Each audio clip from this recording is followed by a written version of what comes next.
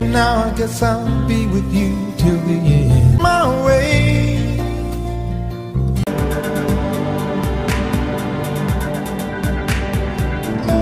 Mama, sorry.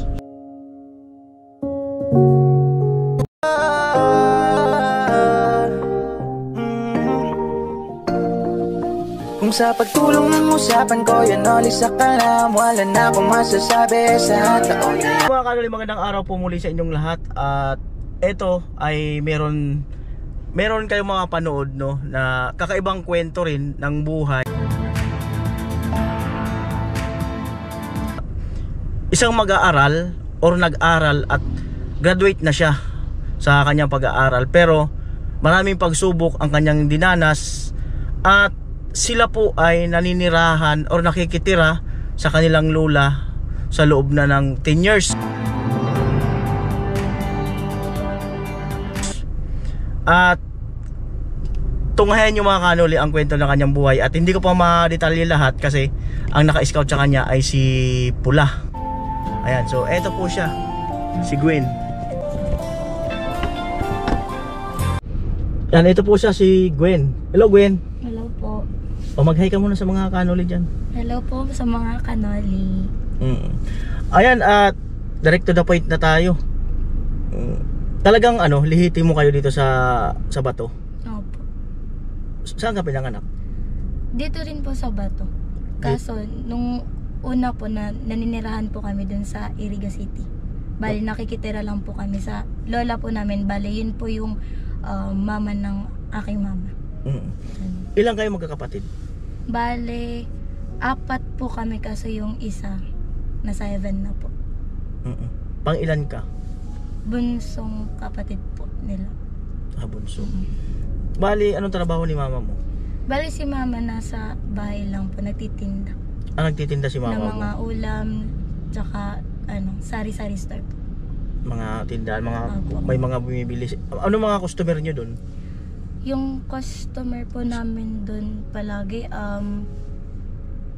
mga regular lang po. Tapos yung iba po dun po sa baba may nag-work po kasi yung mga construction workers. Mga construction worker ang kumakain dun sa mga ulam-ulam? Opo. Anong oras gumigising si mama mo para magluto? Bali, ang alam ko po 5 AM po. 5 AM 4 or 5 AM I think. Kasi nga sabi mo nga kanina off cam, nakausap kita, busy ka, nagre-report ka sa alam ko, ina-applyan mo ba yun? Opo. Anong yun? Anong ina-applyan mo? Yung sa dancer po dun sa Pili. Dancer daw po sa isang kilalang politiko dito sa amin, nag-apply siya ng dancer kasi yun yata ang kanyang hilig, no, pagsayaw. Mula yata noon nung nag-aaral siya, yun yata ang kanyang extra income, yung pagsasayaw. Siguro di ko sure kung nagko-compete sa mga iba-ibang lugar. Nagko-compete ba kayo? Opo, before po, like nung elementary to high school, sinasama din po kami sa pero hindi po yun kasama din sa Pili.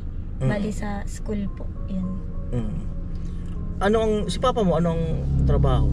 Dati po nag-work po siya dyan sa munisipyo. Kaso wala pong katulong si mama sa pagtitinda, kaya nag-stop po siya sa pag-work sa munisipyo, and then nag-decide po si papa na tulungan na lang si mama sa pagtitinda. Ba't umalis kayo sa Iriga? Sabi nyo nakikitira din kayo doon. Yun po, family problem po ko.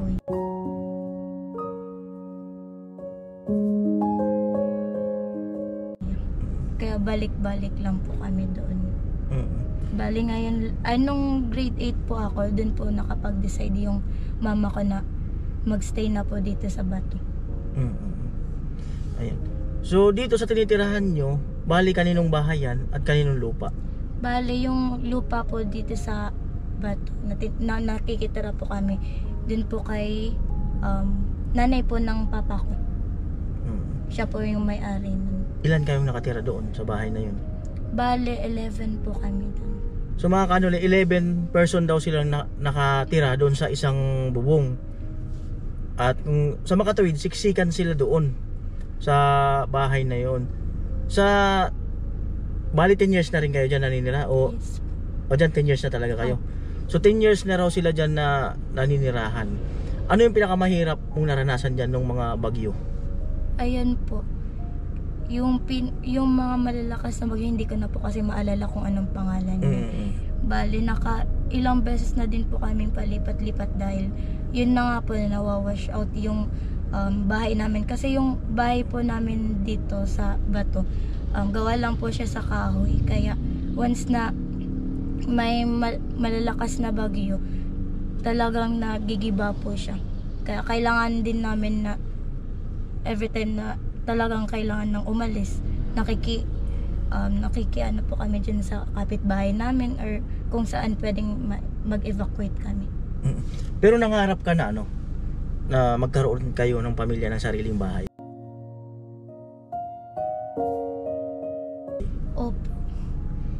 Opo, yun po talaga yung pangarap ko na after ko pong makagraduate, yun po talaga yung goal ko is makapagpatayo ng sariling bahay. Kasi yun na nga po, based on my experience, yung mga bagyo na dumating sa buhay namin, talagang napakahirap po kasi naawa po ako sa pamilya ko na ganyan, palipat-lipat na lang kami.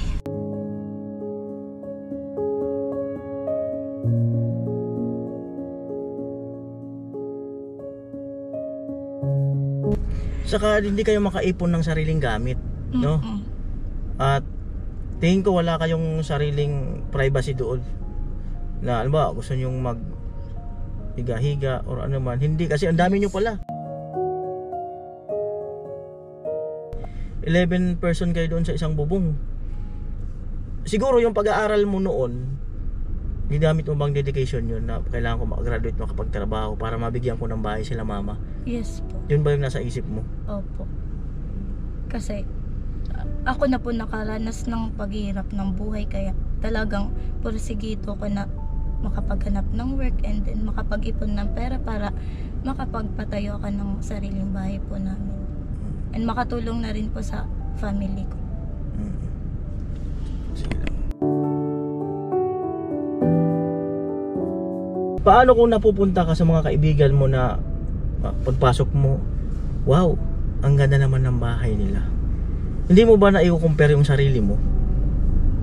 Nung una po, nung nasa high school po ako, syempre naiinggit po ako. Nakakaramdam po ako ng inggit kasi buti pa to, stable yung bahay, hindi magigiba once na umulan ng malakas, bumagyo man, hindi masisira. Pero nung tumungtong na po ako sa college, once na pumasok ako sa bahay ng mga kaibigan ko, magaganda yung mga bahay nila, nai-inspired na po ako. Yun po yung changes na naramdaman ko. Bali na-inspired ako na ganito, soon makakapagpatayo din ako ng ganitong bahay, ganyan. Yun po yung mga naranasan ko din at nararamdaman ko po. Nung time na naglilipat-lipat kayo, mahirap ba? Sobrang hirap ba? Sobrang hirap. Sobrang hirap. Na nakaka-establish na kayo ngayon, lilipat na naman kayo. Tapos naka-establish kayo, tapos lilipat na naman. Gano'n ba siya kahirap? Sobrang hirap, kuya. Kasi, kakagawa pa lang ngayon ng bahay namin. Tapos may parating naman na bagyo. Tapos na-wash out na naman. Ulit, back to zero yung nasa isip po namin family niya. Paano kami kukuha ng panibagong pera para makabuo ulit ng extension po dun sa bahay ni Lola. Saan kami matutulog? Palaging nababasa kami dun kapag hindi pa talagang stable yung bahay namin, kasi yung tulo, yung ng ulan na babasa po kami. Kasi open po siya dun. Yung bahay namin open lang po. Ayan, sabi nga ni mama mo kanina nung dinaanan kita, meron na daw kayong isang kapatid na namatay dahil sa kalipat-lipat. Paano nangyari? Yun po, kuya, hindi ko matandaan yung pangalan ng bagyo. Basta talagang sobrang lakas nun, kuya. Kasi akala namin that time dun sa bahay, nagstay kami kasi akala namin hindi siya ganong kalakas. Yun po, kasama, sanggol pa lang po yung kapatid ko nun. Tapos nung mga ilang minuto pa lang, nagigiba na po dun sa may extension namin. Tapos unexpected po, halos kalahati nauubos na po yung bahay namin. Yun po yung time na talagang tumakbo na po kami, kasama ko po yung bunso kong kapatid na sanggol pa lang. Talagang tumakbo kami dun sa kapitbahay namin kahit malakas po, nagliliparan na yung mga yung mga bubong ng kapitbahay namin, yung bubong namin nagliliparan sa labas. Talagang pinurso namin na makapaglipat dun sa kapitbahay namin. Ano yung kinamatay niya? Yun po yung naulan na palaging sinisipon, inuubo. Yun po yung dahilan.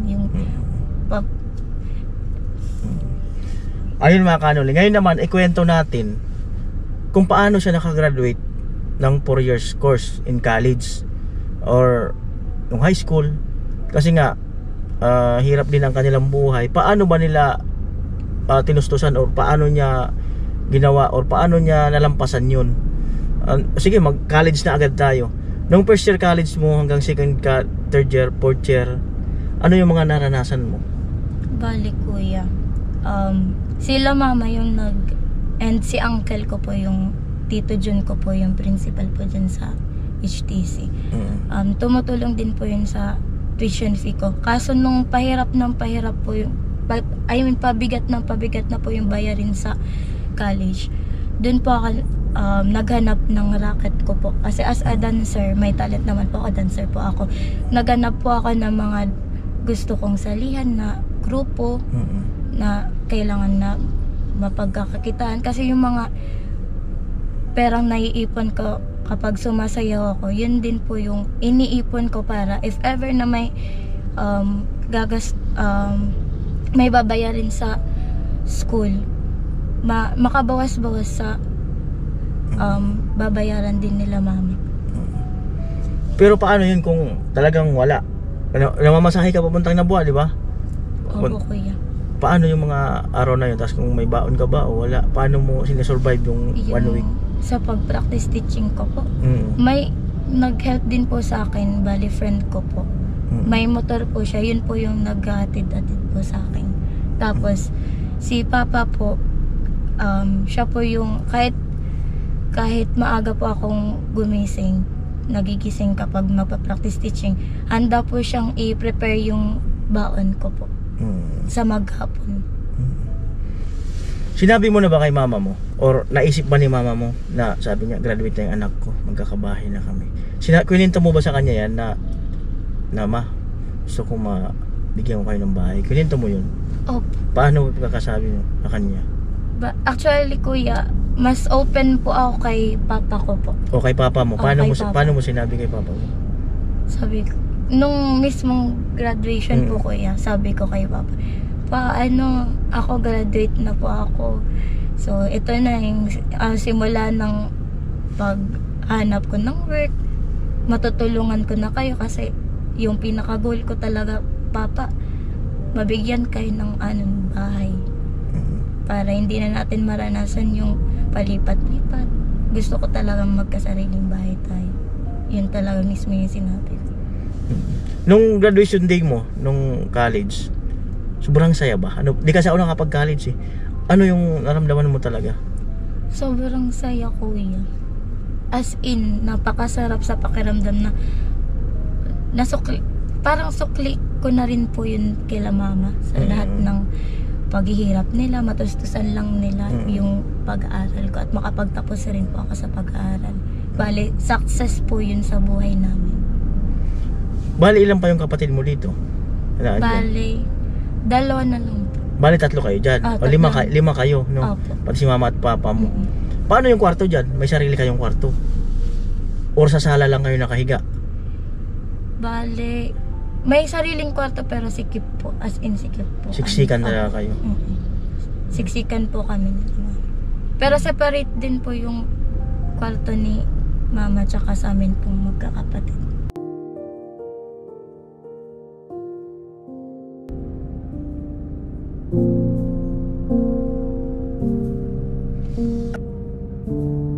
Ayan, naka-graduate ka na. Ano ang mensahe mo kay mama mo? Gusto mong sabihin ba? Malamang di mo nasabi yan eh. Actually, nahihiya po talaga ako kay mama. Bakit? Basta. Siyempre yung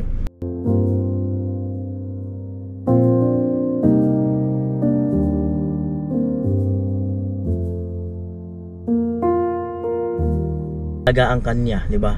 Mula sa sinapupunan hanggang lumabas ka, hanggang sa pinag-aral ka, hanggang sa nakagraduate ka. Hindi biro ang sakripisyo ng ama, ng ina at tatay. You know?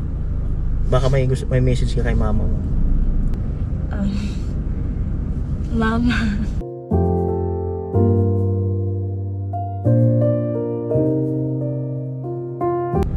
Baka dumating pa nung araw noon, baka nagkaroon pa kayo ng tampuhan noon. Minsan di maiwasan, di ba? Lagi kayong may tumpuan, di ba? Ayan, pagkakataon muna.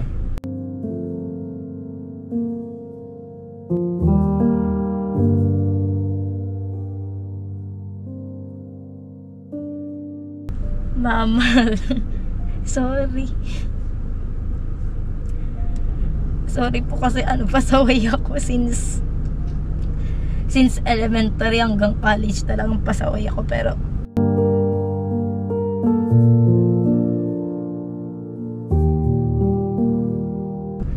ngayon nakagraduate na ako, mama. Makakaasa kayo na i-achieve ko yung goals ko sa buhay ko.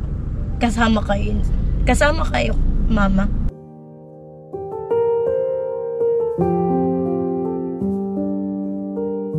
Sa pangarap ko, huwag niyong kakalimutan yung sinabi ko na aabutin ko yung mga promises ko sa inyo. Yun lang.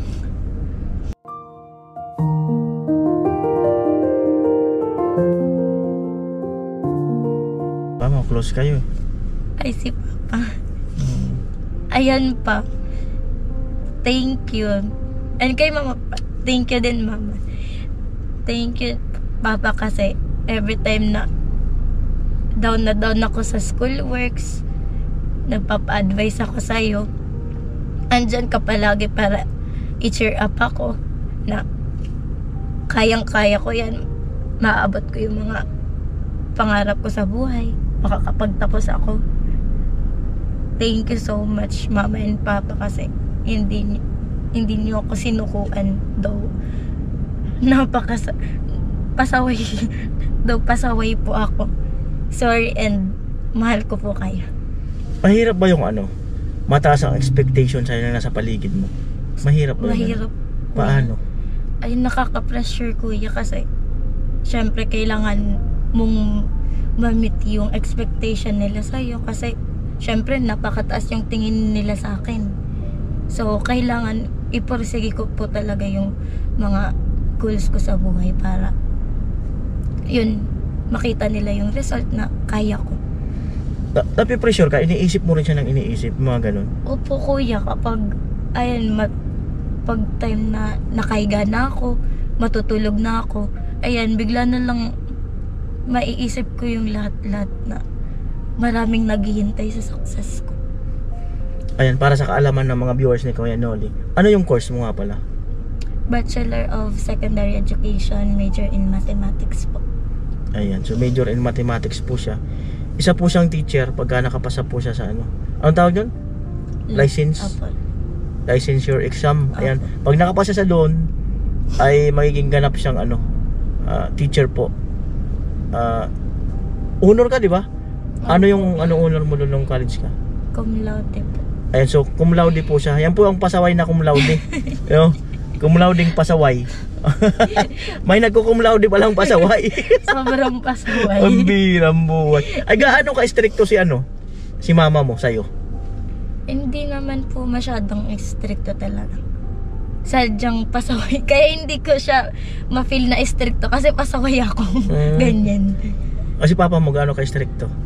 Ay, hindi po sila stricto, talagang open po sila sa akin. Yung kahit hindi ka nakakauwi, hindi ka nagpapaalam, hindi sila stricto? Ayun, si mama. Si mama talaga, nagagalit yan kapag late na. Minsan po kasi kapag, ang po namin dito sa HTC, gabi po, minsan nag-overtime po. Ay, ano yung mo dyan? Majorate ka ba or ano? Dito sa yung high school? Nung high school, majorate po ako dyan. Pati nung college. Pati nung college majorate ka. At ayun mga kanoli, no, minsan na siyang nahagip sa vlog ko. Di ko alam kung 2 years later sa Iriga or 1 year later ang nakalipas. At medyo chabi-chabi pa siya ng kaunti noon na nag-focus sa pag-aaral at nangayayat. At ayun mga kanoli, no. Ayan po, at abangan nyo po ang part 2 nito. Subukan po nating pasyalan yung kanilang tinitirahan or yung kanyang tinitirahan na 11 person na nakatira sa isang bahay. At ako, kahit ako mga kanoli, hindi ko ma-imagine kung paano sila nagkakasya doon sa isang bahay na yun, or kung gaano ba siya kalaki, or gaano ba ka-safe yung bahay na yun. Kasi nga, ang sabi nga ay malapit sila sa Bato Lake. Yung Bato Lake kasi, pag yan ay maulan, mataas, possible pong binabaha ang nasa paligid dyan. So yun po ang abangan natin at tunghayan natin, at tingnan natin kung siya na nga ba ang kasunod na pabahay project natin na 10 years nang naninirahan sa kanyang lola na naranasan ang bumagyo, na nagpalipat-lipat na at nanamatay na nga ang kanyang kapatid dahil naulanan, nagliliparan yung mga yero. So alam ko maraming makaka-relate dito sa kwento ng kanyang buhay, kanilang pamilya. At ang kanyang mama ay nagtitinda ng agahan daw dahil sa meron yatang gumagawa doon sa likod, construction, gumagawa ng wall. Yun ang kanilang income at maliit na tindahan. So ayun mga kanuli, hanggang dito lang po ang vlog na ito. Abangan nyo po ang part 2 at baka siya na ang, alam nyo na, ang magkakaroon ng kasunod na pabahay. Mababay ka na.